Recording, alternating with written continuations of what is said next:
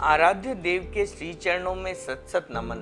मैं अभिनंदन गादिया सूरत से जैन हिंदी ऑडियो बुक में आपका स्वागत करता हूं। अगर आप इस चैनल पर नए हैं तो इसे सब्सक्राइब कर दीजिए और बेल आइकन प्रेस कर दीजिए, जिससे चैनल के नोटिफिकेशन आपको रेगुलर मिलते रहें।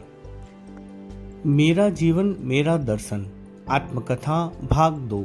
आचार्य श्री तुलसी। प्रकाशक आदर्श साहित्य संघ, न्यू दिल्ली।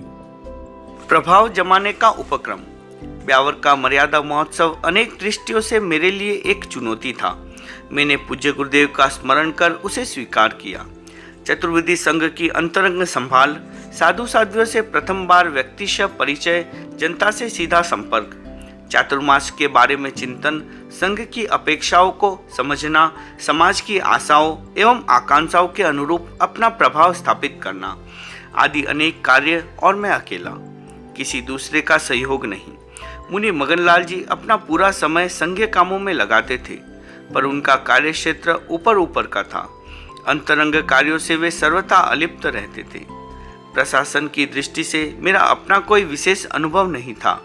वैसी स्थिति में भी मैं उस गुरुतर कार्यभार को संभाल सका। उसमें मुख्य निमित्त 2 थे। मुनि मगनलाल जी द्वारा मेरी अवस्था 82 वर्ष की बताना। बार बार 82 वर्ष की बात सुनकर सचमुच ही मैं उतना प्रौढ़ बन गया था।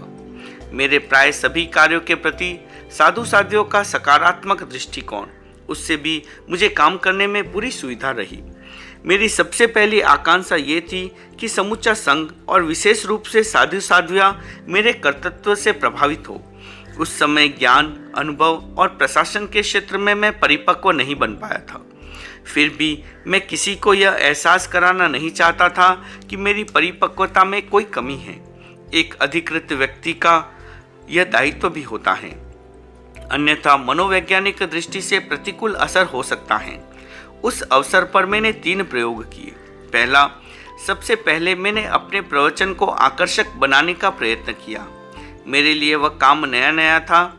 मैं स्वयं प्रशिक्षु था, किंतु उसके लिए मैं गहरा अध्ययन करता, हर विषय में कुछ न कुछ नवीनता लाने का लक्ष्य रखता, सारगार्भित बातें खोजता और उन्हें प्रभावशाली ढंग से प्रस्तुत करने की चेष्टा करता। मेरा वह प्रयत्न सफल हुआ। साधु साध्वियों में मेरा प्रवचन आकर्षण का केंद्र बन गया। कुछ साधु और अधिकांश साध्वियाँ प्रवचन सुनने में विशेष रस लेने लगी। सैकड़ों साधु साध्वियों की उपस्थिति में प्रवचन करते समय कभी कभी मुझे संकोच का अनुभव होता, क्योंकि वे सब वर्षों से व्याख्यानी थे। मैं उन्हें क्या सुनाता, पर दायित्व की प्रेरणा थी, इसलिए मैं संकोच छोड़कर यह प्रमाणित कर सका कि मेरे पास साधु साध्वियों को देने के लिए बहुत कुछ है। धीरे धीरे ज्ञान और अभ्यास की वृद्धि हुई। प्रवचन मेरे जीवन का अभिन्न अंग बन गया। दूसरा, मैं यह जानता था कि सैद्धांतिक ज्ञान में कुछ साधु साध्वियाँ मुझसे बहुत आगे हैं। पूर्णता उनमें भी नहीं है। अनुत्तरित प्रश्नों के उत्तर वे मुझसे चाहेंगे। मैं उन्हें समाधान नहीं दूंगा तो और कहाँ से मिलेगा। सैद्धांतिक प्रश्न हो या थोकड़ों के बोल, किसी के प्रश्न का उत्तर न देना मेरी प्रकृति से प्रतिकूल था, और सही उत्तर न देना संघ की प्रकृति से प्रतिकूल था। सैद्धांतिक या तात्विक अवधारणा से मेरी वरीयता के आगे प्रश्न चिन्ह न लग जाए, यह सोचकर मैंने अपनी ओर से कुछ प्रश्नों का चयन किया और उन्हें तत्वज्ञ साधु साध्वियों के सामने रखा। साध्वी सुंदर जी लाडनू, साध्वी दीपा जी सिरसा, साध्वी नजर कंवर जी लाडनू, साध्वी सोहना जी उदयपुर, साध्वी नजर कंवर जी बास आदि साध्वियाँ मेरे सामने थी। मैंने उनसे पूछा, तुम लोगों को स्वामी जी द्वारा रचित 13 द्वार का थोकड़ा याद है? उन्होंने स्वीकृति दी। मैंने एक प्रश्न उपस्थित करते हुए कहा, 8वें द्वार में उदय के 2 भेद बताए गए हैं। उनमें जीवोदय के 33 बोल हैं और अजीवोदय के 30 बोल हैं। अजीवोदय के बोल में 5 शरीर, 5 शरीर के प्रयोग में परिणत पुद्गल द्रव्य, 5 वर्ण, 2 गंध, 5 रस और 8 स्पर्श, ये 30 बोल हैं। इनमें 5 शरीर के प्रयोग में परिणत पुद्गल द्रव्य कौन से हैं? साध्वियों को यह विश्वास था कि उनकी तात्विक अवधारणा अच्छी है, पर इस प्रकार के किसी प्रश्न से उनका सामना नहीं हुआ था। वे कुछ हड़बड़ा गई, फिर भी हिम्मत कर बोली, नख, केस, रोम आदि शरीर के प्रयोग में परिणत पुद्गल द्रव्य हैं। मैंने कहा उत्तर ठीक नहीं है। बात साधारण सी थी, पर साध्वियाँ उसमें ऐसी उलझ गई कि सही उत्तर नहीं दे सकी। उन्हें अनुभव हुआ मानो कोई बहुत गहरी बात उनसे पूछी गई। मेरा प्रयोजन सिद्ध हो गया। जैन शास्त्रों के अनुसार शरीर प्राप्ति का निर्माण होने के बाद प्रत्येक जीव क्षण क्षण शरीर वर्गणा के नए पुद्गल का ग्रहण, परिणमन और उत्सर्ग करता है। 5 शरीर द्वारा ग्रहित और प्रयोग में लिए गए पुद्गल प्रयोग परिणत पुद्गल द्रव्य हैं। अनुयोग द्वार की टीका के आधार पर तत्वज्ञ साधुओं को दी गई जानकारी उनके लिए सर्वथा नई थी।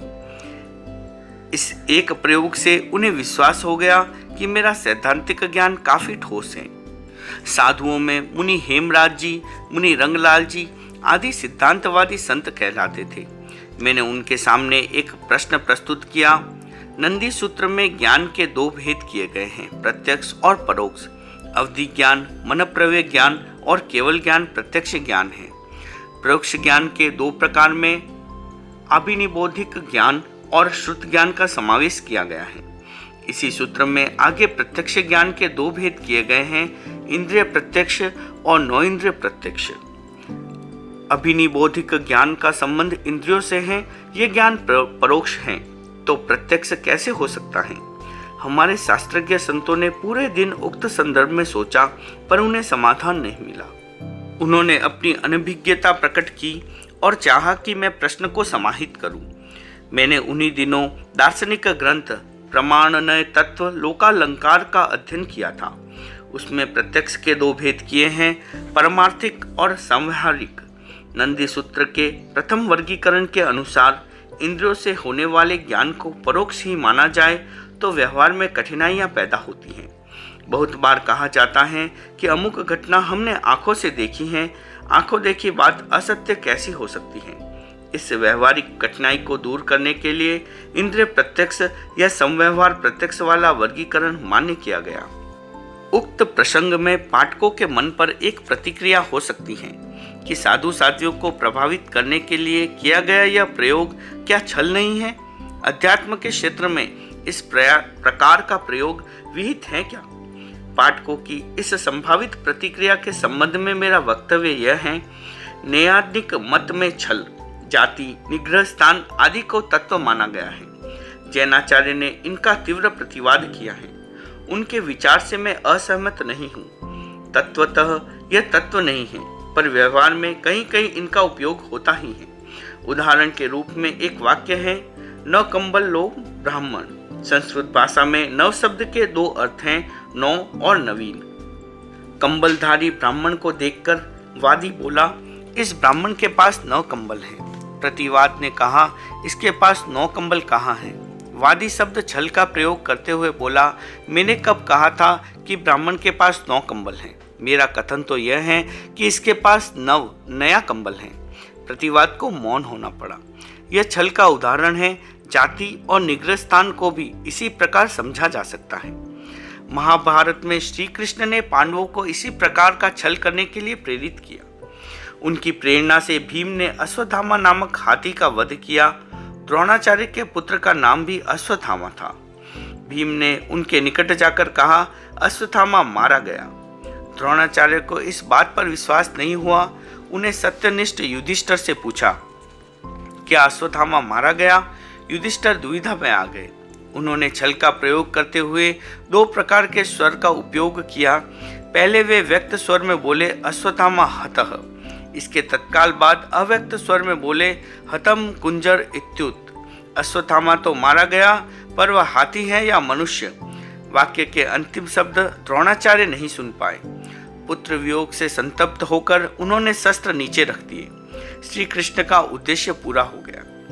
अध्यात्म की दृष्टि से छल आदि के प्रयोग सर्वथा परिहार्य हैं, किंतु व्यवहार के धरातल पर यदाकदा ऐसे प्रयोग हो जाते हैं।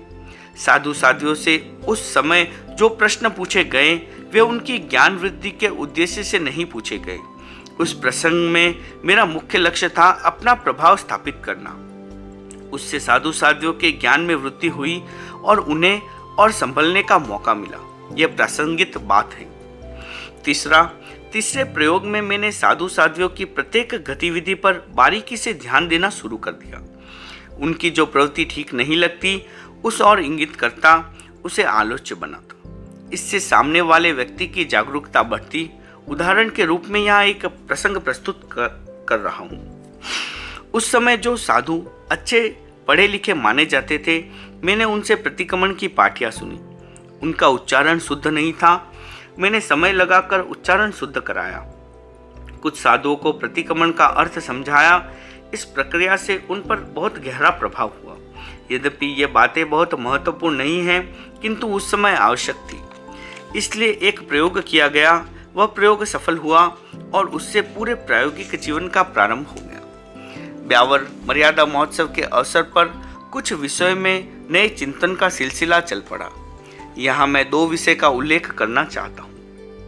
प्रथम विषय था प्रवचन लिखना। जहाँ पर हमारा प्रवचन होता था उस स्थान के सामने स्थानक था। कुछ व्यक्ति वहाँ से प्रवचन सुनते और लिखते। सरदार शहर के श्रावक वृत्तिचंद जी गोठी ने उनसे कहा, प्रवचन लिखने की हमारी पद्धति नहीं है, आप लिखना बंद कर दें। 2-3 बार निषेध करने पर भी वे नहीं माने। उस समय मेरे दिमाग में विचार आया कि साधु किसी को लिखाए या नहीं, यह एक अलग बात है, पर कोई सुनकर लिखता है, उसे कैसे रोका जा सकता है। मैंने उस समय गोठी जी से कुछ नहीं कहा, किंतु चिंतन के लिए एक नया मुद्दा मेरे सामने आ गया। दूसरा विषय था फोटो। उस समय न अधिक फोटोग्राफर थे और न साधु का फोटो लेने की विधि थी। शहरों में कभी कभार कोई ऐसा प्रसंग बन जाता। ब्यावर के एक स्कूल में दीक्षा महोत्सव का कार्यक्रम था। हजारों लोगों की उपस्थिति थी। वहाँ कोई अपरिचित फोटोग्राफर पहुँच गया। उसने कुछ फोटो खींचे। लोगों को जैसे ही इस बात की जानकारी मिली, उन्हें ऐसा लगा मानो प्रलय हो गया। कुछ व्यक्ति दौड़े, कैमरामैन के पीछे पड़े। संभवतः उन्होंने उस व्यक्ति से कैमरा छीनकर तोड़ डाला। उस बात को लेकर मेरे मन में विचार आया कि हम किस किस को कहाँ कहाँ रोक पाएंगे। फोटो लेने के लिए हमारी ओर से प्रेरणा नहीं होनी चाहिए, पर कोई अपने आप फोटो लेता है, उससे झगड़ा करना उचित कैसे होगा। मैंने कुछ साधुओं का ध्यान उस घटना की ओर आकृष्ट किया। वे बोले, कालूगणी ने कभी अपना फोटो लेने नहीं दिया। मैंने कहा, कालूगणी ने जो किया उस पर कोई प्रश्न चिन्ह नहीं है, किंतु युग के साथ चिंतन को बदलना भी आवश्यक हो सकता है। हम फोटो खिंचवाएं या नहीं, यह अलग बात है, पर कोई राह चलता व्यक्ति फोटो खींच लेगा, उसके साथ झगड़ा कैसे करेंगे? क्या ऐसा करना उचित हो सकता है? ब्यावर मर्यादा महोत्सव का कार्य संपन्न कर हमने वहां से प्रस्थान किया। लक्ष्य था बिदासर पहुंचना और मातृश्री छौगा जी से मिलना। मुनि मगनलाल जी साथ थे, इसलिए विहार छोटे छोटे किए। हमारे पांव अवश्य जल्दबाजी कर रहे थे, पर लंबे विहार संभव नहीं हुए। रास्ते पक्के नहीं थे। कच्चे धूल भरे पंथ से पिसागढ़, बोरावड़, डिडवाना होते हुए हम लाडनू पहुंचे। जन्मभूमि होने के कारण वहां की जनता में विशेष उत्सुकता थी। लोगों का आग्रह था कि मैं वहां अधिक समय ठहरूं, किंतु मुझे मातृश्री के पास जल्दी पहुंचना था। सुजानगढ़ होकर हम चैत्र कृष्णा त्रयोदशी के दिन बिदासर पहुंच गए। आसपास के क्षेत्रों से हजारों लोग वहां एकत्रित हो गए। पूज्य कालूगणी के स्वर्गारोहण के बाद लोगों में एक चर्चा थी, माजी छौगा जी पुत्र वियोग को सहन नहीं कर पाएगी। 90 वर्ष की उम्र में 60 वर्षीय पुत्र गुरु का वियोग कैसे सहा जाएगा? अब वे संथारा कर लेगी आदि। किंतु मातृश्री ने धैर्य और संभाव के साथ काल के उस क्रूर प्रहार को सहन कर लिया। सहज, शांत और प्रसन्नमना मातृश्री का प्रथम बार दर्शन कर मैंने कृतार्थता का अनुभव किया।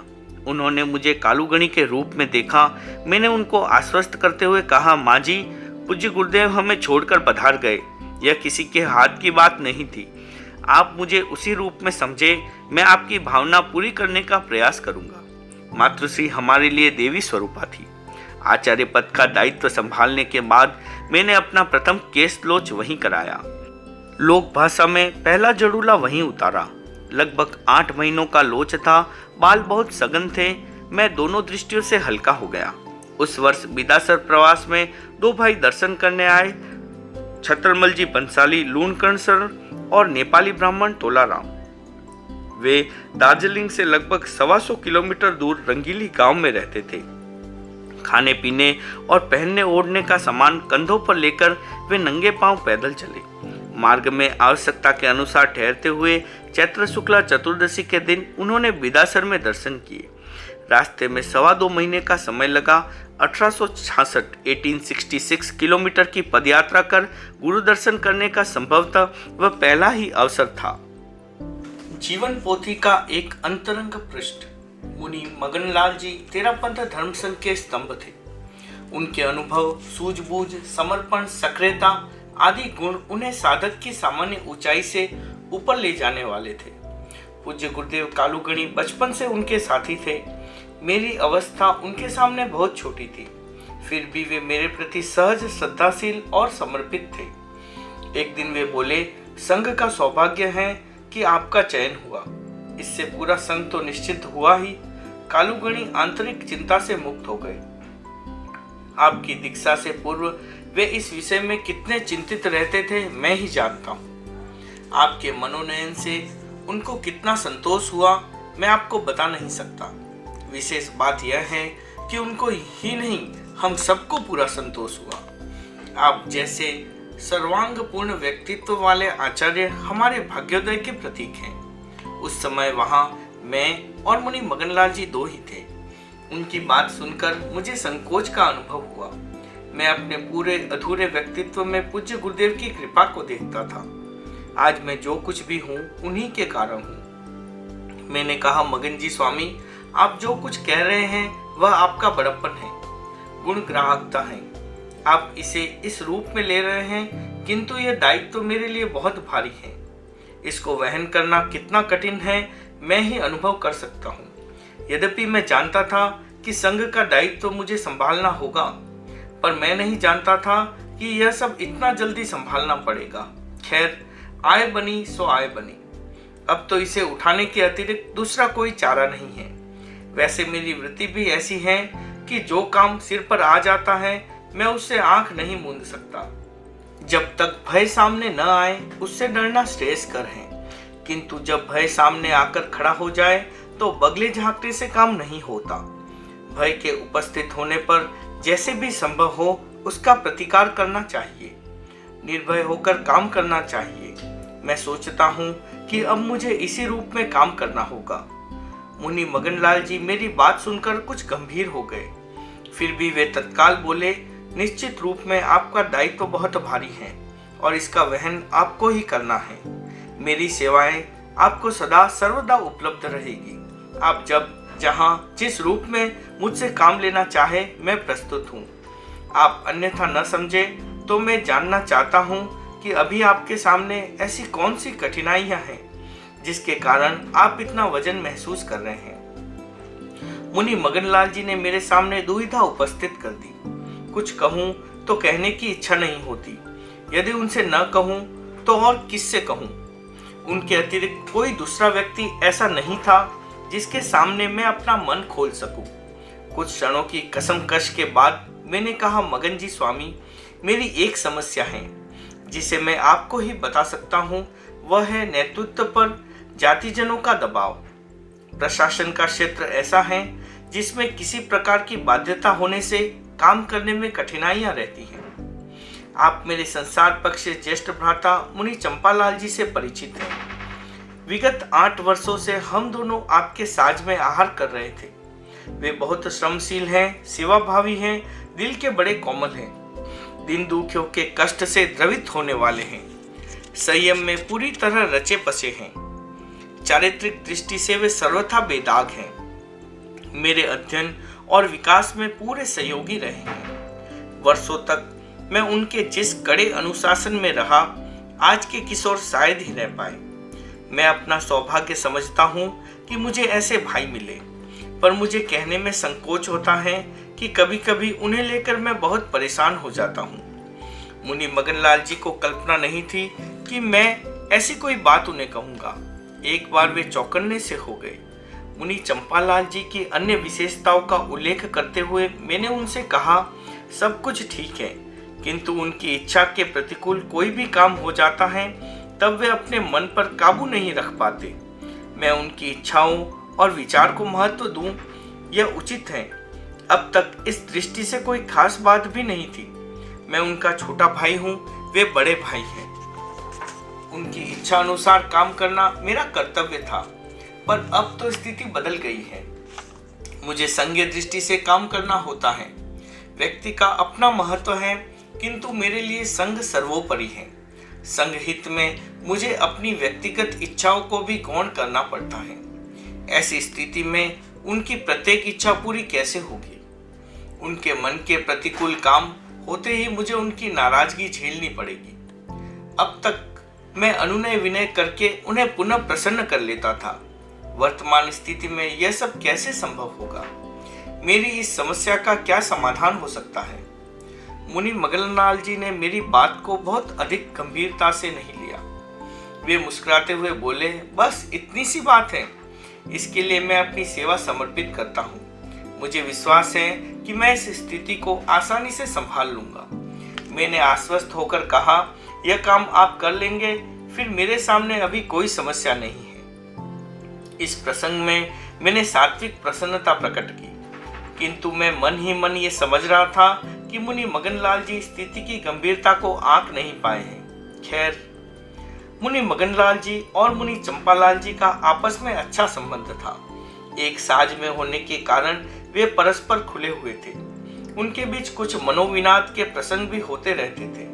उन्होंने एक विशेष उद्देश्य की पूर्ति के लिए मुनि चंपालाल जी के साथ बात की। उन्होंने क्या बात की और उसका क्या परिणाम आया, मैंने कभी नहीं पूछा। एक दिन मुनि मगनलाल जी ने अपने आप वह प्रसंग सुनाया, उसे मैं उन्हीं के शब्दों में प्रस्तुत कर रहा हूँ। उन्होंने कहा, मुझे मुनि चंपालाल से बात करनी थी। मैंने उसको बुलाया, अपने निकट बिठाया और इधर उधर की बातों के बाद कहा, हमारे धर्म संघ का इतिहास अनूठा है। संघ में ज्ञानी, ध्यानी, तपस्वी और सेवाभावी साधु साध्वियों की कमी नहीं है। उनके समर्पण और विनय की घटनाएं वर्तमान के लिए प्रेरणा स्रोत हैं। मुनि खेतसी जी का उदाहरण हमारे सामने है। उनका व्यवहार बहुत मधुर और विनम्र था। स्वामी जी ने उनको सतयुगी नाम से संबोधित किया। उनका जीवन वास्तव में उस संबोधन के उपयुक्त था। जब छोटे बड़े कोई भी साधु लेखन का काम करते, तब मुनि खेतसी जी हाथ में पानी का पात्र लेकर उनके पास पहुंच जाते और सबको पानी पिलाते।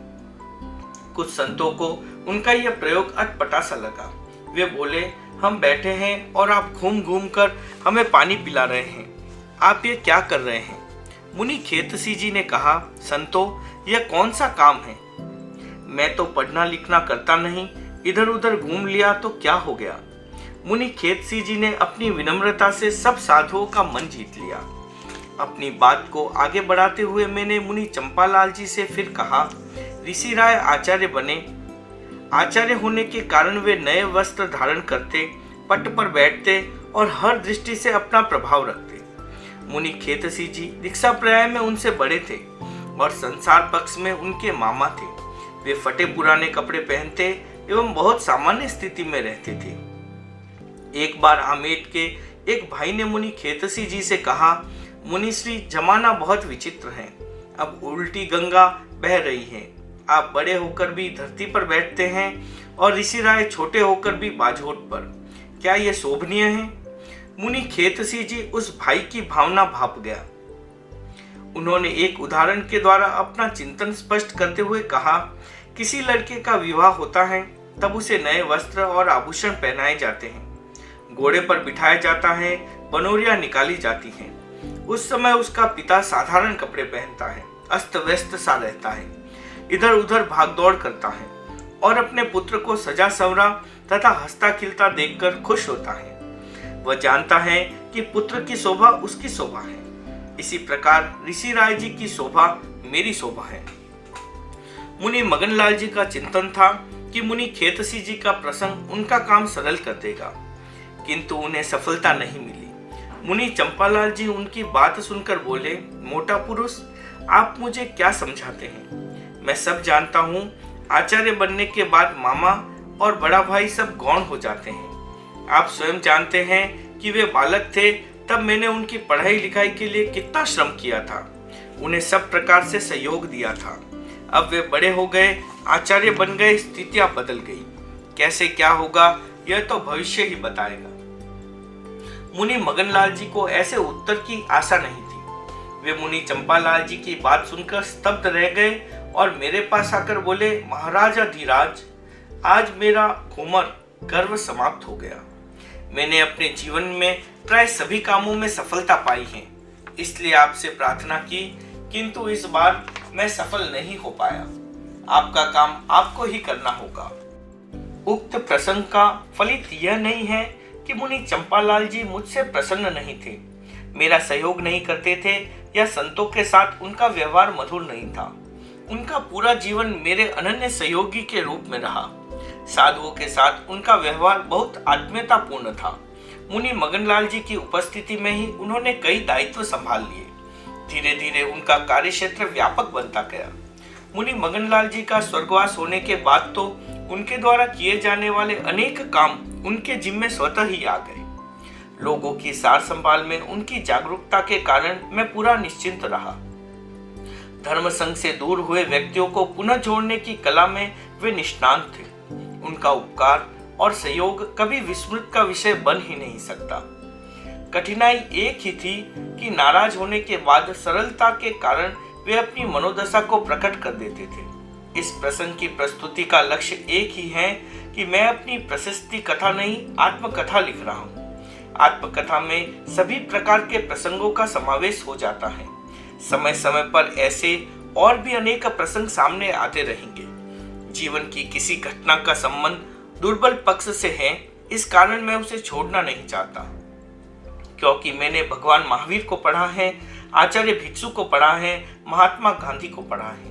इन महापुरुषों ने अपने जीवन के सबल और दुर्बल दोनों पक्षों को उजागर किया है। उनके जीवन से मुझे प्रेरणा मिली है। मैं सोचता हूँ कि महावीर, भिक्षु और गांधी जो काम कर सकते हैं, तुलसी क्यों नहीं कर सकता।